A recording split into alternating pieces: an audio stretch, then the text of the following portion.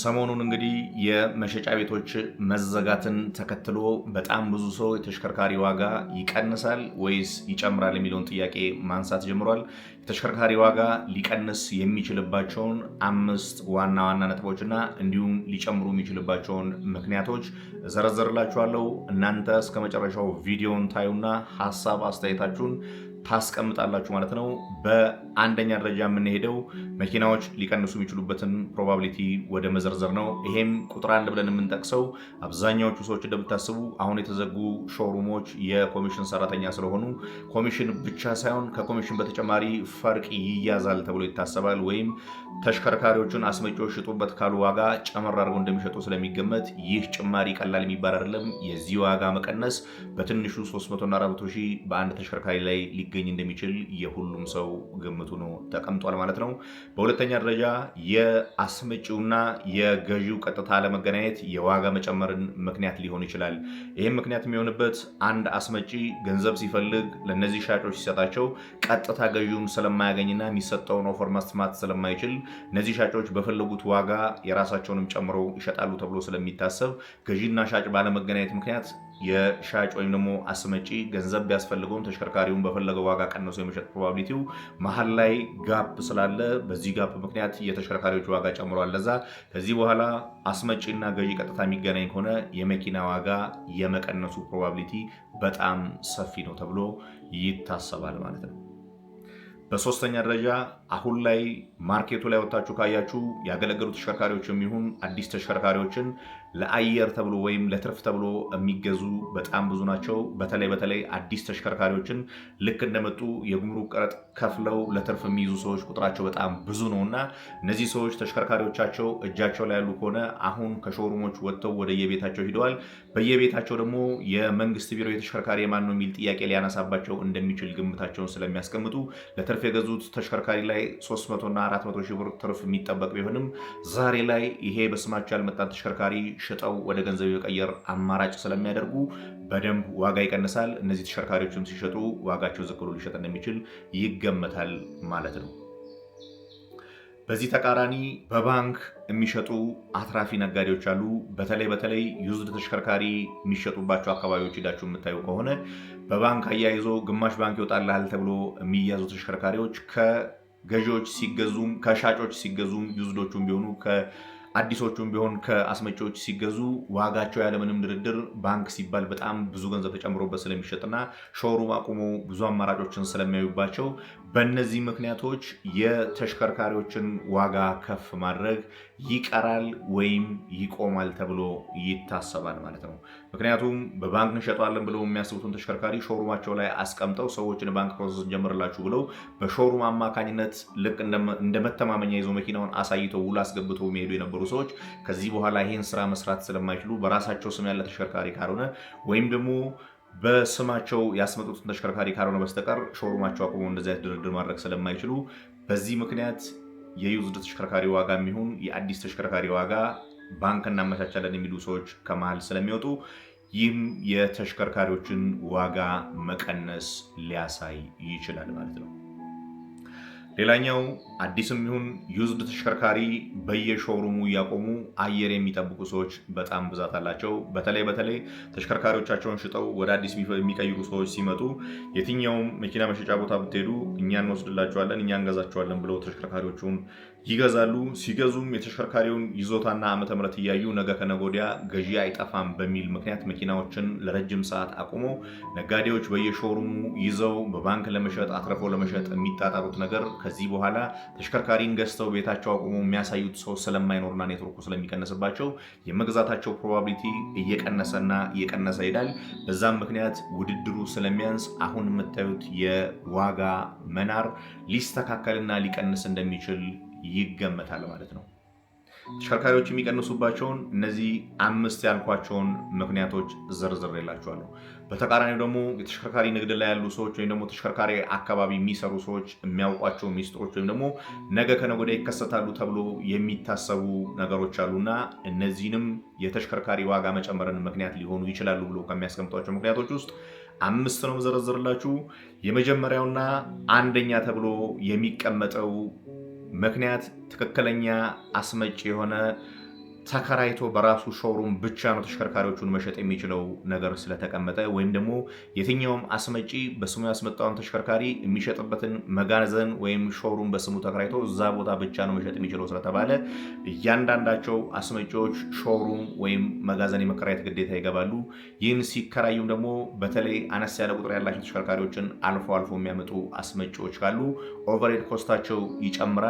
ከዚህ በፊት እነዚህ ኮሚሽን ሰራተኞች ጋር ወይም ሾሩሞች ጋር አቁመው 1% 2% እየከፈሉ ሲሸጡ የነበሩትን ተሽከርካሪ የሾሩም ኪራይ በወር 500,000 600,000 እየከፈሉ አመቱን ሙሉ የመቆየት ግዴታ ውስጥ ስለሚያስገባቸው ከዛም በተጨማሪ ውስጥ ላይ ለሚሰሩ ሰራተኞች ክፍያ መክፈላቸው ስለማይቀር ኦቨርሄድ ኮስታቸው ይጨምራል። ይሄን ኮስት ደግሞ ገዢው ላይ ቀጥታ ስለሚጭኑ የተሽከርካሪዎች ዋጋ ሊጨምሩ እንደሚችል የሚገመትበት አንደኛው ምክንያት ይሆናል ማለት ነው።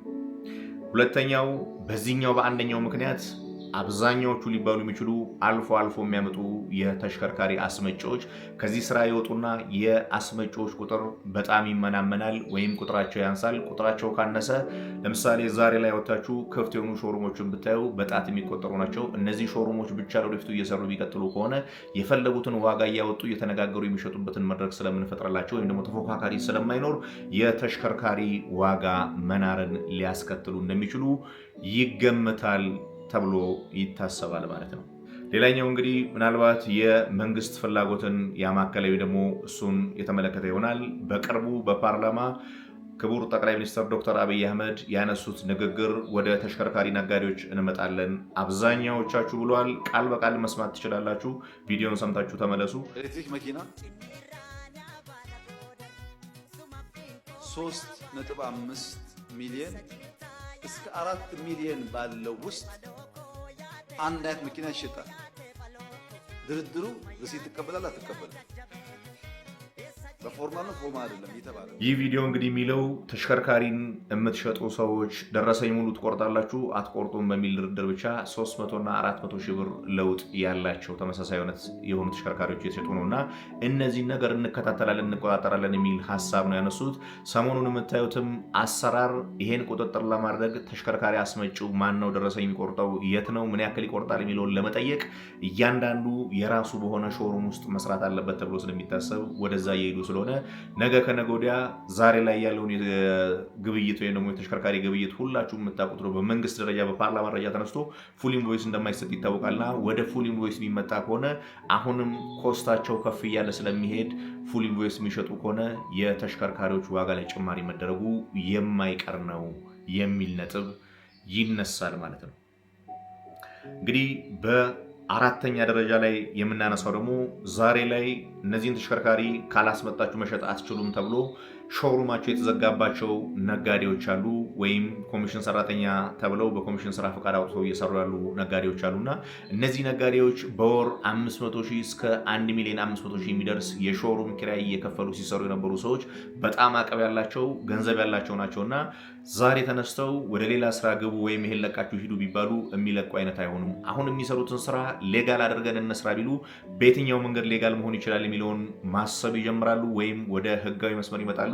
አንደኛና ብቸኛ አማራጭ ለአዲስ ተሽከርካሪ ከሆነ ተሽከርካሪዎቹን የማያስመጡ ከሆነ የውክልና ወይም ኤጀንትነት ፍቃድ አውጥተው ከአስመጪዎች ቀጥታ ውክልና መውሰድ፣ አስመጪው ለነዚህ ነጋዴዎች ደረሰኝ ቆርጠው ተሽከርካሪውን መሸጥ፣ እነሱ ደግሞ የራሳቸውን ትርፍ ጨምሮ እነሱም ደረሰኝ ቆርጠው ለካስተመሮቻቸው ወደ መሸጥ ሊገቡ ስለሚችሉ በዚህ መሃል ያለው ኮስትም ቀላል የሚባል አይደለም። በዚህ ምክንያት ይጨምራል። ለዩዝዶቹም ካያችሁ የትኛውንም ዩዝድ መኪና በስማችሁ እስካሁን ድረስ ማቆም አትችሉ የሚል ነገር ስለተነሳ ዩዝድ ተሽከርካሪ ገዝተው ውክልና ይይዙና በውክልና ብቻ ሲሸጡ የነበረውን ስም የማዞር ግዴታ ውስጥ ስለሚገቡ ስም ዝውውር ላይ የሚኖሩ ኮስቶች ዞሮ ዞሮ መጨረሻ ላይ ገዢው ላይ የሚጫን ኦቨርሄድ ኮስት ይሆናልና ይሄም ለተሽከርካሪዎች ዋጋ መጨመር ዋነኛ ምክንያት ሊሆን ይችላል ተብሎ ይታሰባል ማለት ነው። በአምስተኛ ደረጃና መጨረሻ ላይ ልነግራችሁ የምፈልገው በተለይ አብዛኛዎቻችሁ ሰዎች የተሽከርካሪ ዋጋ እንዲጨምር አንተ ትሰራለህ ብላችሁም ትወቅሱኛላችሁ።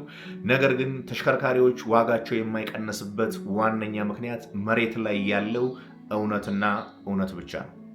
ኢትዮጵያ ውስጥ አዲስ ተሽከርካሪ ለመግዛት ብትወጡ በዛሬ ቀን ወደ ማርኬት ወጣችሁ የምታገኙት ዝቅተኛ የምትባል እቺ የምታዩት ሱዙኪ አልቶ አሁን የምትሸጠው ከ2,500,000 ብር በላይ ነው።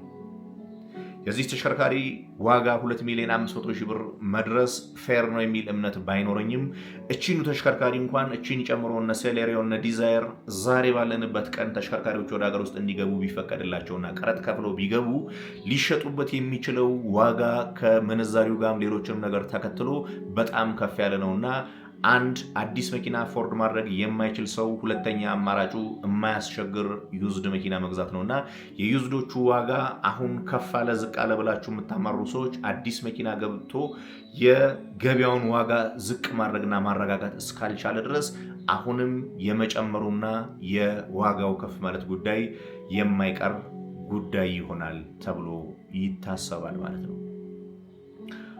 5 ሊቀንሱ የሚችሉባቸው ምክንያቶች፣ 5 ደግሞ ሊጨምሩ የሚችሉባቸው ምክንያቶች እኔ በግሌ አስቀምጬላችኋለሁ።